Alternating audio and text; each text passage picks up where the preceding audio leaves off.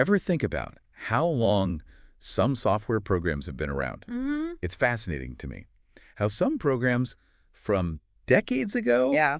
like the Windows 95 era, Right. can still be found Yeah. in modern operating systems. Crazy. It's like finding a vintage record player Oh, yeah. in a world of streaming music. For sure.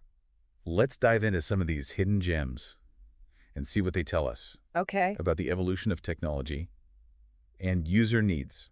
What's really intriguing is that some of these programs Yeah. represent a time when personal computing was just starting to take off. Yeah. They offer a glimpse Yeah. into the challenges and innovations of those early days. Let's start with a program that might surprise you. Okay. Phone dialer. Oh, yeah. I mean, The phone who does. uses a phone dialer on their PC in 2025? Right. It feels like a relic from a bygone era, complete with those pixelated icons Uh-huh. that scream Windows 95. Totally. It's a stark reminder of how we used to connect to the internet. Back then, dial-up modems Yeah. were the gateway to the Yeah. online world. You needed a phone line, and that iconic screeching sound to get online. Oh, yeah. The phone dialer program Right. was essential for that process. It's Yeah. incredible how Yeah. far we've come in terms of internet access. It's amazing to think that in a relatively short time, we've gone from those dial-up days to having high-speed internet Yeah. in our pockets. In our pockets, exactly. Speaking of things that have stood the test of time, Uh-huh. let's talk about Character Map. Oh, yeah. Character map. I still find myself using it Yeah. to find those special characters that are a pain to type. I know what you mean. It's like a secret weapon Yeah. for anyone who needs to use trademarks, Mm-hmm. Greek letters, Yeah. or even those fancy accented characters. Character map is a great example of a tool Yeah. that addresses a need that Yeah. has persisted Yeah. across generations They're- of operating systems. Wow. It actually predates Windows 95, Really? going all the way back to Windows 3.1. Wow. I had no idea. While you can certainly find special characters online now, Character Map has the advantage of working offline. Plus, for those who want to delve deeper, Yeah. it introduces you to the world of alt codes. Oh, yeah. Alt codes. Those keyboard shortcuts Right. that let you type special characters directly. It's interesting to see how some tools Yeah. remain relevant, Mm-hmm. even in our hyper-connected world. Right. But what about programs that have tried to evolve? Yeah. Let's take WordPad, Oh, yeah. for example. It's been around forever. Forever. But why has it managed to stick around Right. when we have so many other options Yeah. for word processing? WordPad's story Yeah. is intertwined with the evolution of word processing itself. Interesting. Before programs like Microsoft Word Yeah. became the standard WordPad, provided basic formatting options. It was a step up from the bare-bones Notepad, Right. and even replaced an older program called Microsoft Write Oh, wow. from the Windows 3.x era. So WordPad was like a bridge Yeah. between simple text editing Right.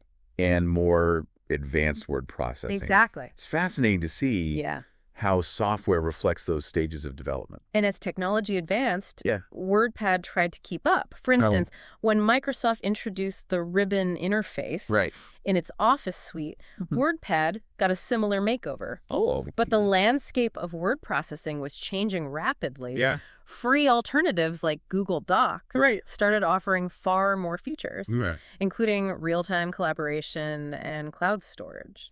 And that brings us to the present day, Yeah. where we've heard rumors Yeah. that WordPad might be on its way out. You're right. Yeah. Microsoft has hinted at phasing out WordPad Yeah. in future Windows versions, likely due to security concerns Uh-huh. and its declining usage in a world dominated by cloud-based alternatives. It makes you wonder It does. what the future holds for these once essential programs. Yeah. Will they fade into obscurity Where? or find new life in unexpected ways? Who knows?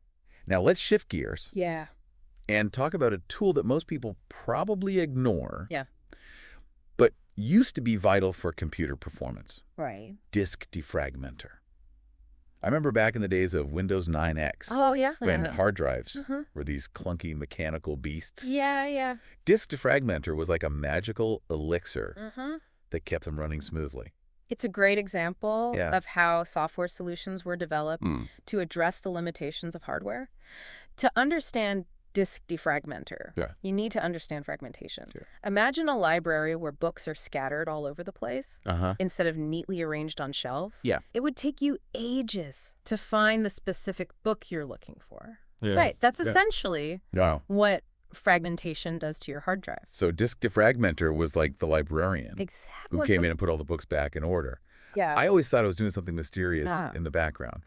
But that analogy makes it much clearer. By rearranging those scattered file fragments into contiguous blocks, disk defragmenter optimized the hard drive's performance.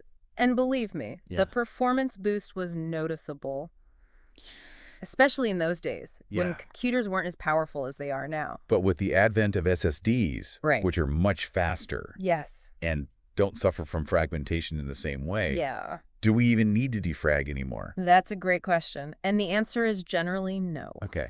SSDs have a different architecture than those old mechanical hard drives. So they don't experience fragmentation in the same way. Defragging an SSD is unnecessary. Wow. And could even shorten its lifespan.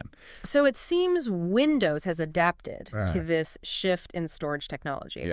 What's happened to disk defragmenter in the age of SSDs? Well, Windows now includes features specifically designed to optimize SSD performance, like the trim command.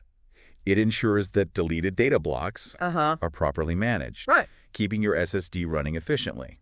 It's a good reminder that as technology evolves, so does the software that supports it. Some programs fade away while others adapt and take on new roles. Speaking of adapting, let's talk about another program that's been around for ages. The control panel. It's like the command center of Windows, giving you access to all sorts of system settings. The control panel has been a mainstay of Windows since the early days, going through numerous redesigns over the years. It reflects how Windows has tried to balance offering a wide range of customization options. While also making the system more user-friendly. But I've heard that the control panel might be on its way out. Replaced by the newer Settings app. Is that the end of an era? It's certainly a possibility. With Windows 10 and 11, Microsoft introduced the Settings app as a more modern and streamlined alternative to the control panel. However, they haven't completely abandoned the control panel. Recognizing that many users are familiar with its layout and appreciate the depth of options it provides. It's like holding on to a favorite tool, even though you have newer ones available. I know what you mean. Sometimes familiarity and functionality win out over sleekness and modernity. Definitely. But while we're talking about classic Windows experiences, we can't forget about the infamous blue screen of death. Oh, yeah. The dreaded BSOD. It used to strike fear into the hearts of Windows users everywhere. That cryptic blue screen with white text was a sign that something had gone seriously wrong.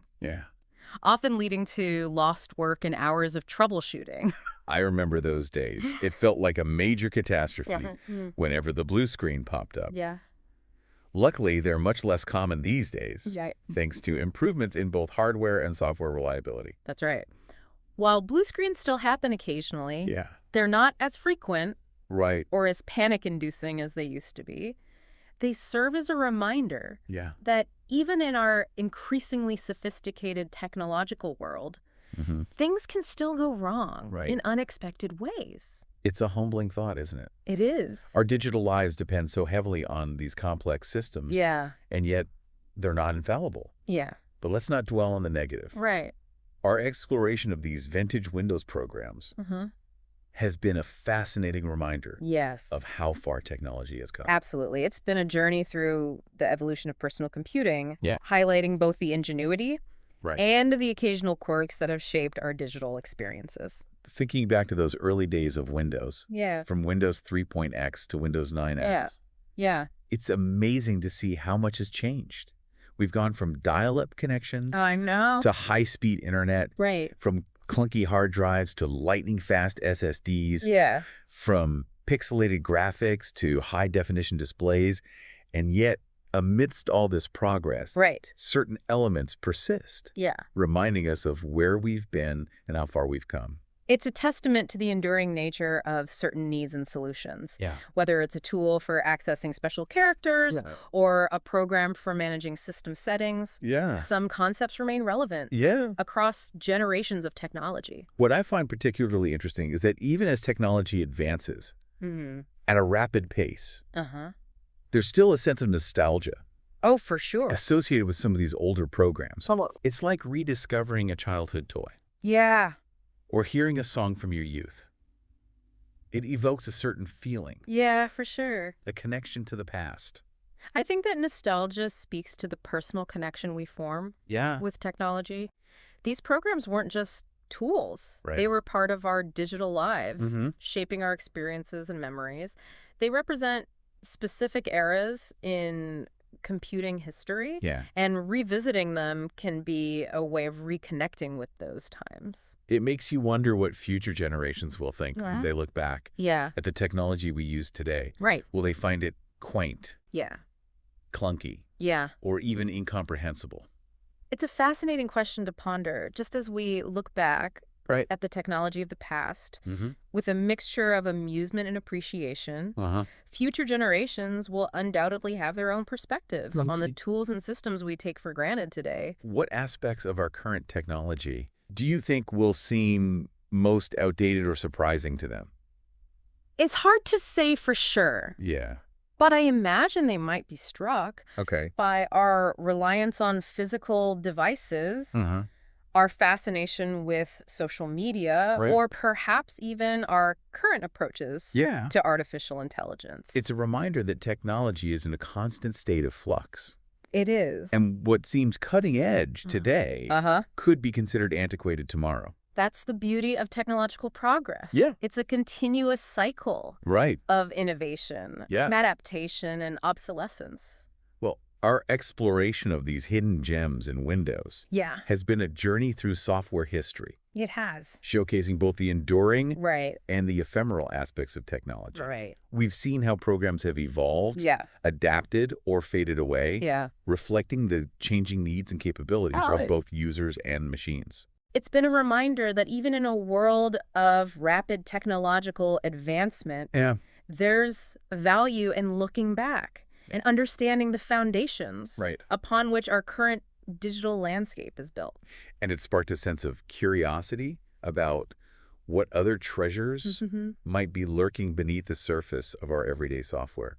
What forgotten tools or features are waiting to be rediscovered? What insights might they offer into the evolution of computing? I think that's a great note to end on. There's always more to explore, more to learn, and more to appreciate about the intricate and ever-changing world of technology. It's like an archaeological dig for software. You never know what you might find when you start digging through those older folders and menus. It's a reminder that there are often layers of history hidden within the technology we use every day. I think one of the takeaways from our deep dive today is that exploring those layers can be incredibly rewarding. You might rediscover a tool that becomes your new favorite. Gain a deeper appreciation for how far technology has come, or simply have a good laugh at the quirks of early computing. I have a challenge for you, our listeners.